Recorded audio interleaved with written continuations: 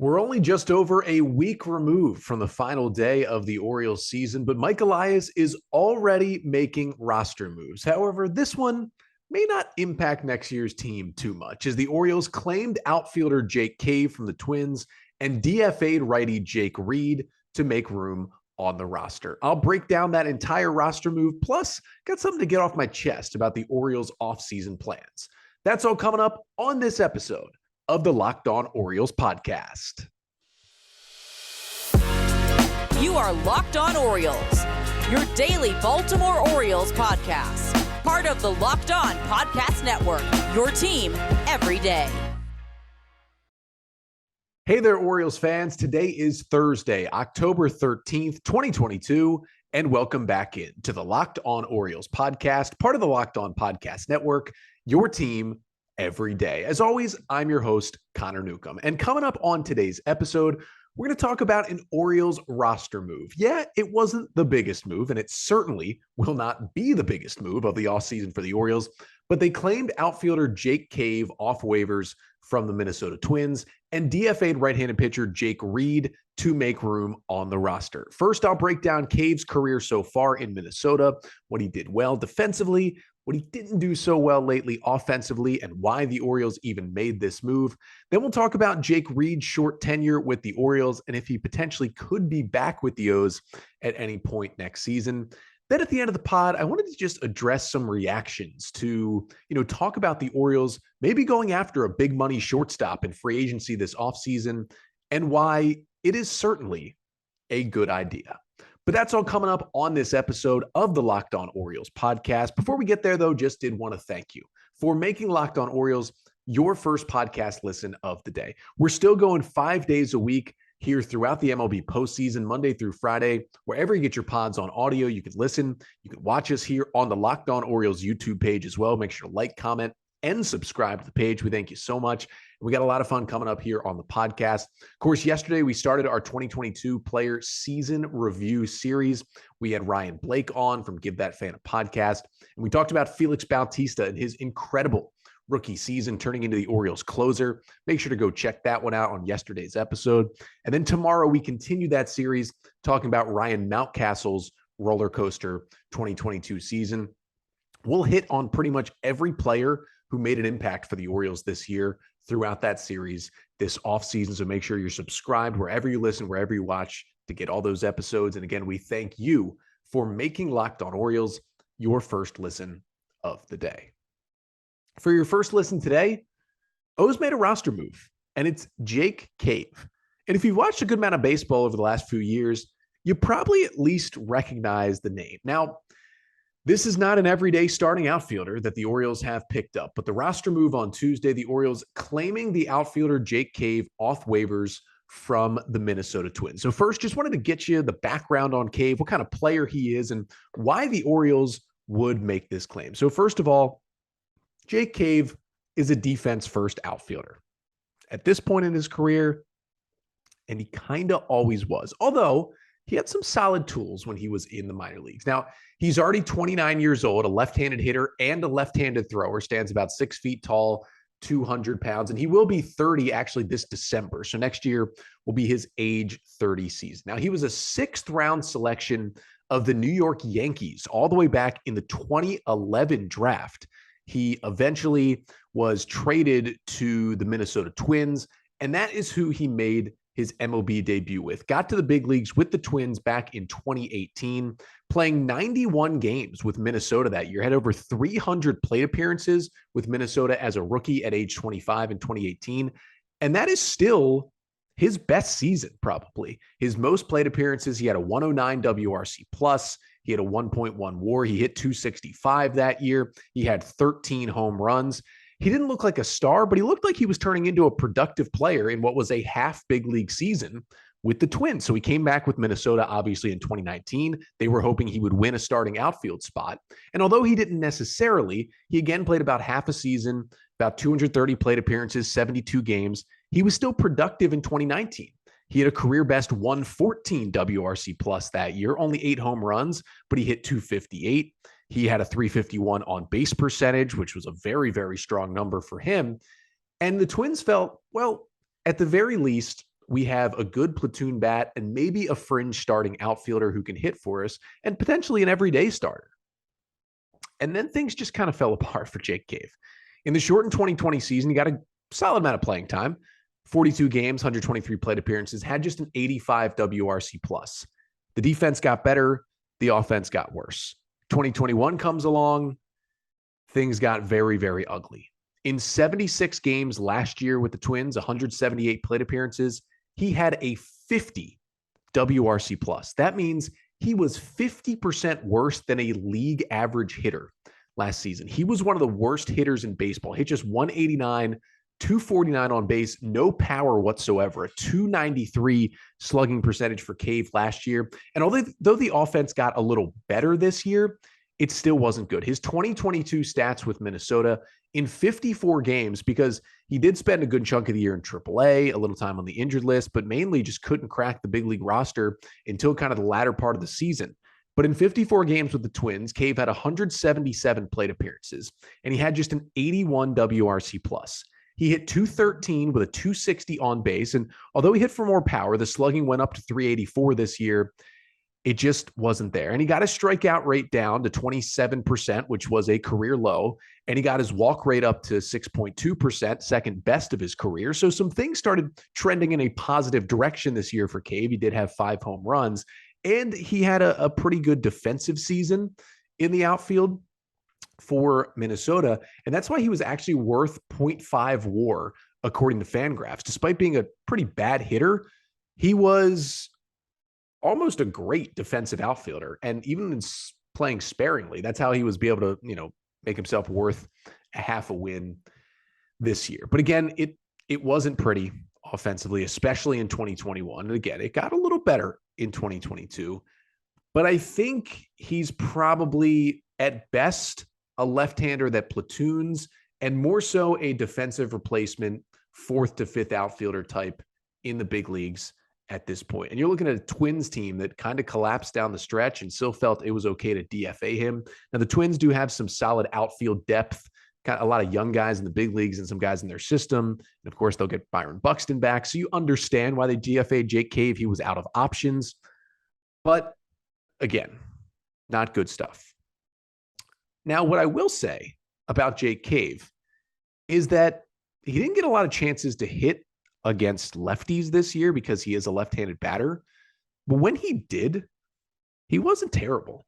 He hit 273 against lefties this year in 33 plate appearances, hit 198 against righties on the season. So he's not like the worst splits guy of all time where he can't even hit a lefty. That certainly helps him just get on the field. And then defensively as well, again, this is why he still has value in the big leagues despite the bat.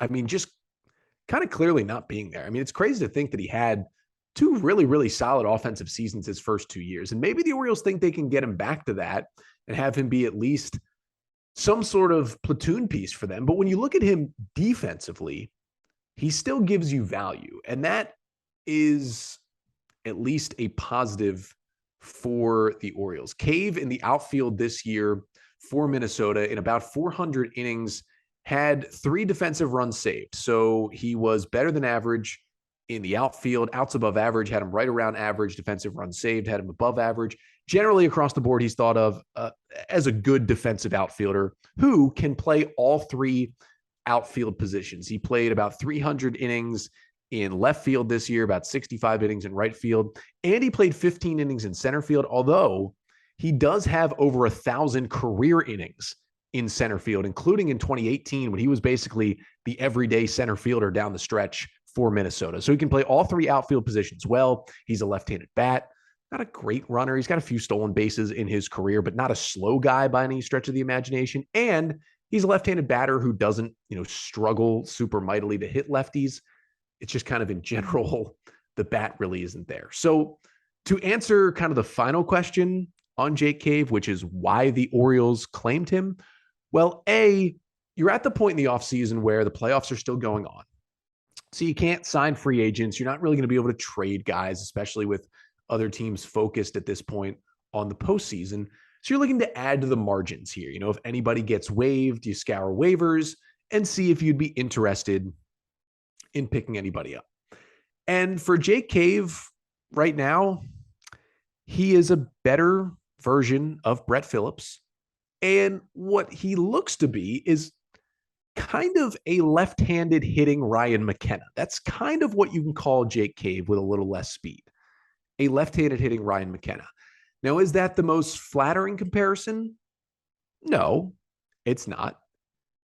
But it's something for the Orioles. And if they think there's something there in Cave's game, whether it's, a contact profile or whether it could be, something in his swing that they think they can change, or whether it's just even more defensive value that they can get out of him, it's at least worth taking a shot because, as we'll talk about in a second, they didn't have to sacrifice a sacred spot on the 40-man roster to claim Cave. They DFA'd Jake Reed, who wasn't a very big part of the Orioles this year. So, yeah, maybe Jake Cave is on the 40-man roster all offseason. The Orioles see something big for him, and he comes to spring training and competes for a spot. I can see that. What I see as being more likely is that Jake Cave is on the O's for a bit on the 40-man roster. The next time they want to make a 40-man move, they want to add somebody else, maybe, around the Rule 5 draft, they go ahead and DFA him, and they hope that they can slip him through waivers. Remember, since he got to the Orioles, he passed about halfway through waivers. So if the O's think, hey, maybe we can get him the rest of the way through waivers, then they have a chance to keep him in their organization without using a 40-man spot, have him be AAA depth in the outfield, and work on maybe something they see in his swing that can get him back to the hitter he was in 2018 and 2019. So don't freak out. The O's aren't taking on Cave to be their starting left fielder next year. They just got a guy who can run okay, plays good defense, has a really strong arm, and is a left-handed bat who has had previous success and good major league experience. Will he be an Oriole next year? Maybe not.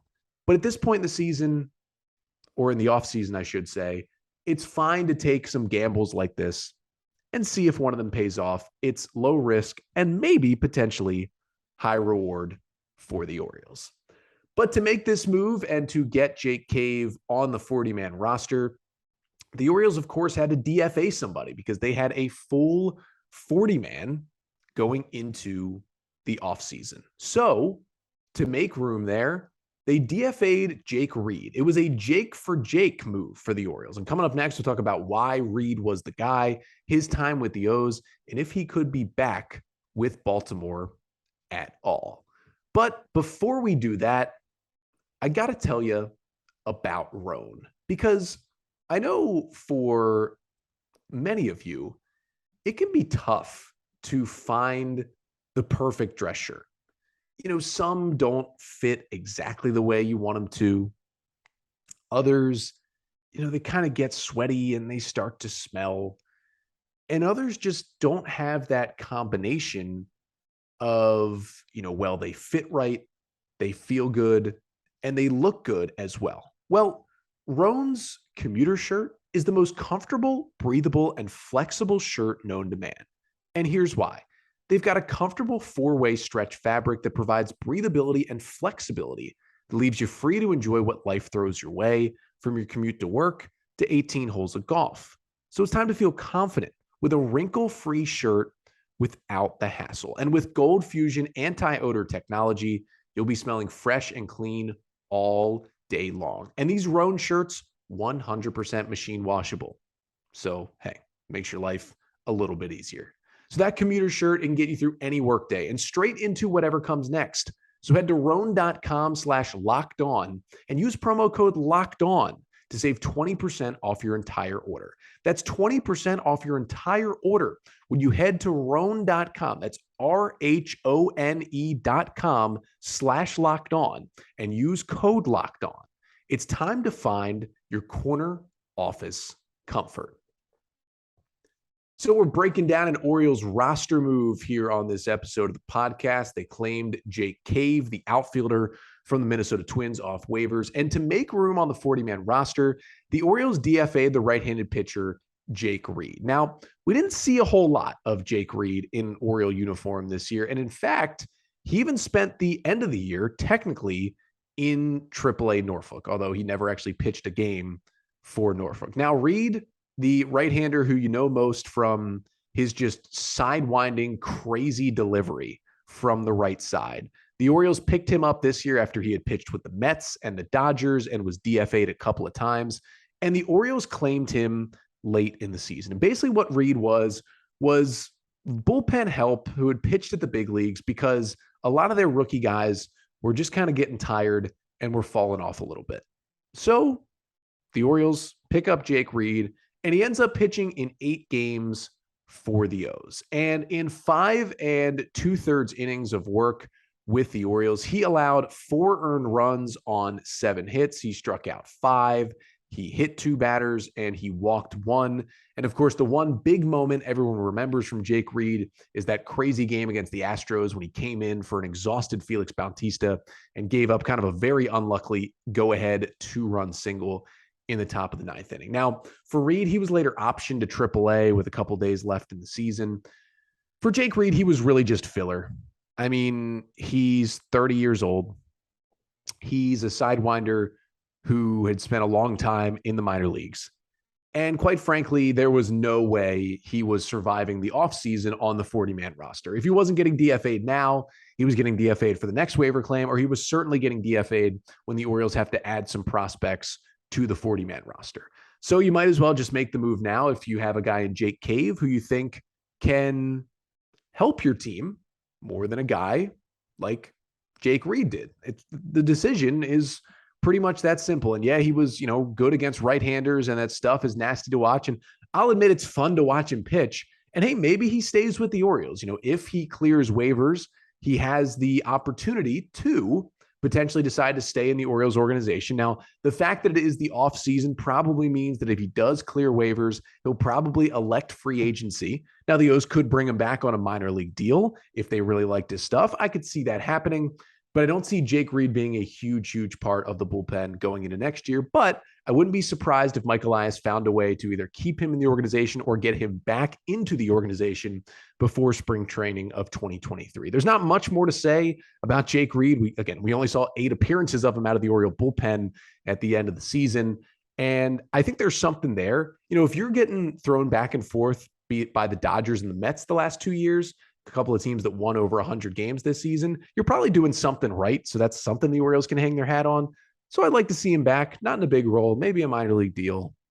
Let's see what he can do. I kind of just like watching him pitch. It's a cool arm angle. It's funky and it's deceptive, and it can get some guys out.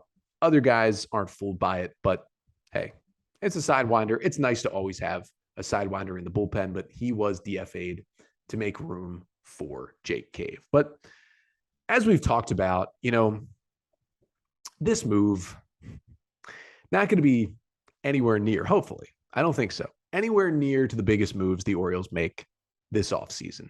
Mike Elias talked about how it's going to be liftoff for the Orioles this offseason. They're going to greatly increase the payroll. They're going to spend money. They're going to make some trades. They're going to get this team a lot better heading into 2023 as they are ready to compete. And it's not just going to be moves on the margins like we've seen the last few offseasons. It's not just going to be the claims of the Jake Caves or the Jake Reeds of the world. It's going to be real, legitimate big league ball players that are going to join this club. But it seems like some of the fan base, and this could just be a Twitter thing, or it could be more across the board of Orioles fans. And let me know if you feel the same way here in the YouTube comments. But it feels like people think there's 2 direct paths you have to take, and they have no combination, that they are completely, in one sense, parallel, and they can never cross paths at all. That is the, do we win now, or do we prepare to win for the future? And I think a lot of people don't understand that you can do both at the same time. So coming up next, we're going to talk about how that's possible for the Orioles this offseason, and why this argument is specifically coming up when talking about signing one of those big name free agent shortstops that could really help the Orioles for years to come.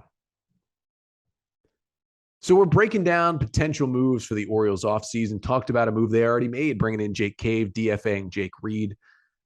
But there's been a lot of talk about, these paths the Orioles should be on. Are they ready to go for it now? Should they still be working in rebuild mode? What will the O's look like this offseason? What will they look like in 2023 after a greatly positive 2022 season with 83 wins out of nowhere, adding 31 wins to the total from 21 to 22?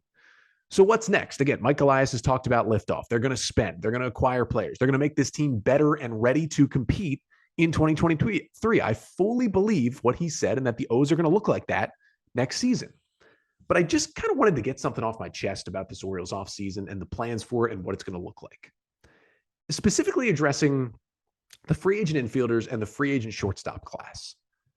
Because potentially, depending on some opt-outs and other things, Carlos Correa, Trea Turner, Xander Bogaerts could all be free agents this offseason. That is a heck of a shortstop class. Dansby Swanson could be in that group too.